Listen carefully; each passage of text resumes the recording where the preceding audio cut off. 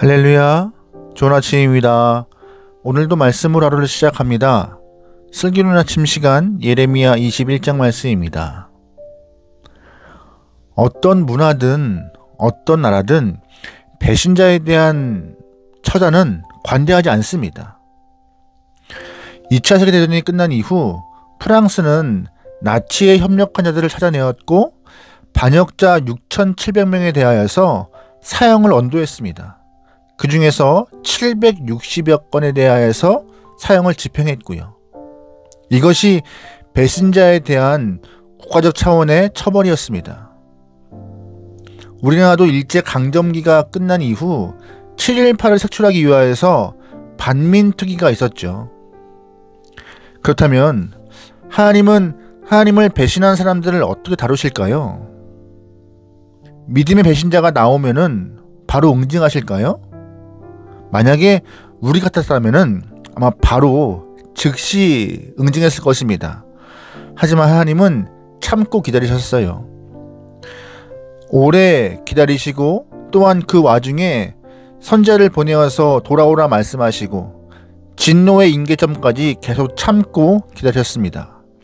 그럼에도 여전히 악을 행하고 하나님의 부르심에 순종하지 않는 사람들은 하나님의 진노를 피할 수 없었습니다. 오늘 본문에서는요, 하나님의 진노가 얼마나 무서운지, 하나님의 그 진노의 칼이 얼마나 섬뜩한지를 보여주고 있어요. 오늘 말씀을 통하여서 우리가 어떠한 자세와 모습을 가져야 하는지 잘 깨달아갈 수 있는 귀한 시간 되면 좋을 것 같습니다. 1절 말씀이에요. 여호와께로부터 예레미야에게 말씀이 임하니라. 시드기야 왕이 말기야의 아들 바스홀과 제사장 미야세아의 아들 스바냐를 예레미야에게 보내니라. 아멘. 남유다의 마지막 왕 시드기야가 사람들을 예레미야에게 보냈습니다. 왕으로서 믿음을 잘 지켜나가고 있는 예레미야가 이뻐서 상 주려고 사람을 보낸 것이 아닙니다. 지금까지 예레미야는 왕에게 거친 돌이었고 눈에 가시였습니다. 그럼에도 지금 갑자기 왕이 예레미야에게 사람을 보낸 거예요. 왜 그랬을까요? 그 이유가 뭘까요? 2절 말씀입니다. 바벨론의 느부갓네살 왕이 우리를 치니 청컨대 너는 우리를 위하여서 여호와께 간구하라. 여호와께서 혹시 그의 모든 기적으로 우리를 도와 행하시면 그가 우리를 떠나리라 하니. 아멘. 예레미야는 이전부터 하나님의 말씀대로 남유다의 멸망을 예언했습니다. 사람들은 예레미야의 예언을 듣기 싫어했고 미친 사람이라고 예레미야를 치부했죠. 그런데 예레미야의 예언이 점점 현실로 이루어지고 있던 것이었습니다. 북쪽에서 바벨론이 남유다를 향하여서 진격하고 있던 것이었어요. 이제 남유다는 절체절명의 위기에 직면하게 되었기에 마지막 왕 시드기야가 무시하고 외면했던 예레미야에게 사람을 보내어서 도움을 청하고 있는 것입니다. 대신하여서 하나님께 기도해 주라. 이러한 간청을 하고자 사람들을 보낸 것이죠. 하나님께서 지금까지 얼마나 많은 사람들을, 얼마나 많은 선지자를 남유다에게 보냈습니까? 예레미야를 통하여서 얼마나 자주 하나님의 그 마음을, 남유다의 현실을, 미래를 예언하는 말씀이 들렸습니까? 이제까지 아무도 하나님의 말씀에, 예레미야의 예언에 반응하지 않다가 예언이 현실로 딱 닥치니까 시드기야 왕이 급한 마음에 예레미야 선지자에게 사람을 보낸 것이죠. 참 뻔뻔함이 말할 수 없을 정도인 것 같습니다. 사실 당시 예레미야가 예언할 때 얼마나 많은 사람들이 예레미야에게 수치를 주었어요. 성전에 가두고 뺨 때리고 목에 나무고랑을 씌워서 예레미야를 괴롭혔습니다. 죄수처럼 그를 수치를 주었어요. 그런데 이제 와서 우리를 대신하여서 하나님께 기도해달라고 간청하고 있는 모습이 참 어이가 없는 상황인 것이죠. 하나님은 남유다의 뻔뻔함을 모르실까요? 지금 그들이 보이는 그런 간절함에 마음이 움직여서 바벨론의 손에서 하나님이 그들을 지키실까요? 하나님은 예레미야를 통하여서 하나님의 마음을 말씀하십니다. 5절 말씀이에요. 내가 든 손과 강한 팔 곧 진노와 분노와 대로로 친히 너희를 칠 것이며. 아멘. 말씀 보셨어요? 여기에서 중요한 것이 내가 친히 너희를 칠 것이다 라고 말씀하고 계세요. 누가요? 하나님이요. 지금까지 남유다의 히스기야 왕을 비롯해서 많은 사람들은 바벨론의 침략만 해결되면은 모든 것이 다 끝나고 행복할 거라 생각했던 것 같습니다.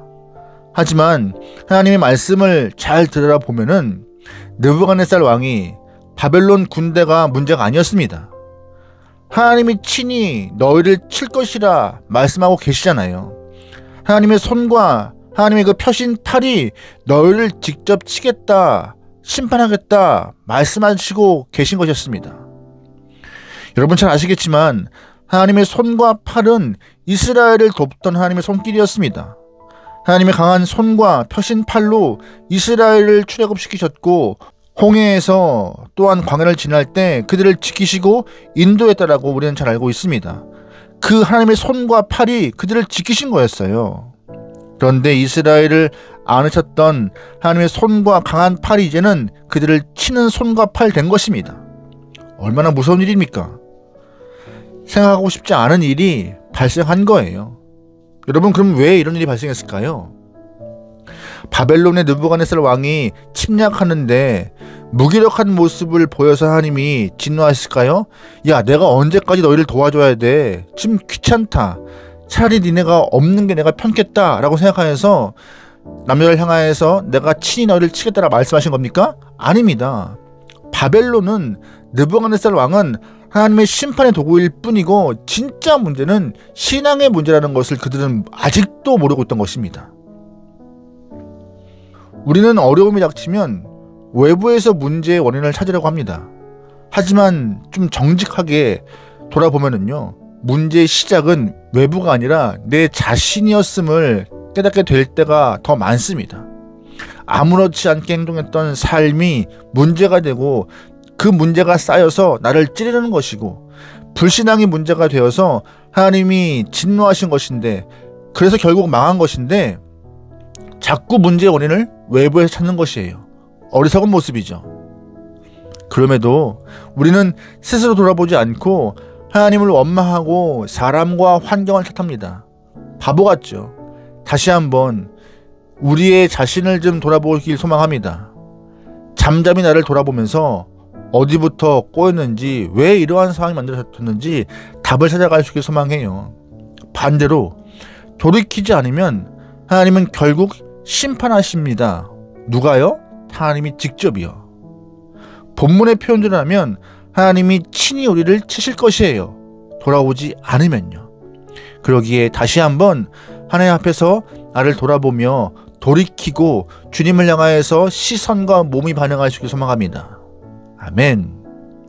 하나님은 본문에서 내가 너희를 친히 칠 것이다 라고 말씀하셨습니다.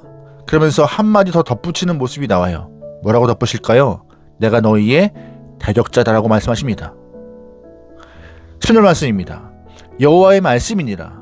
골짜기와 평원 바위의 주민아 보라.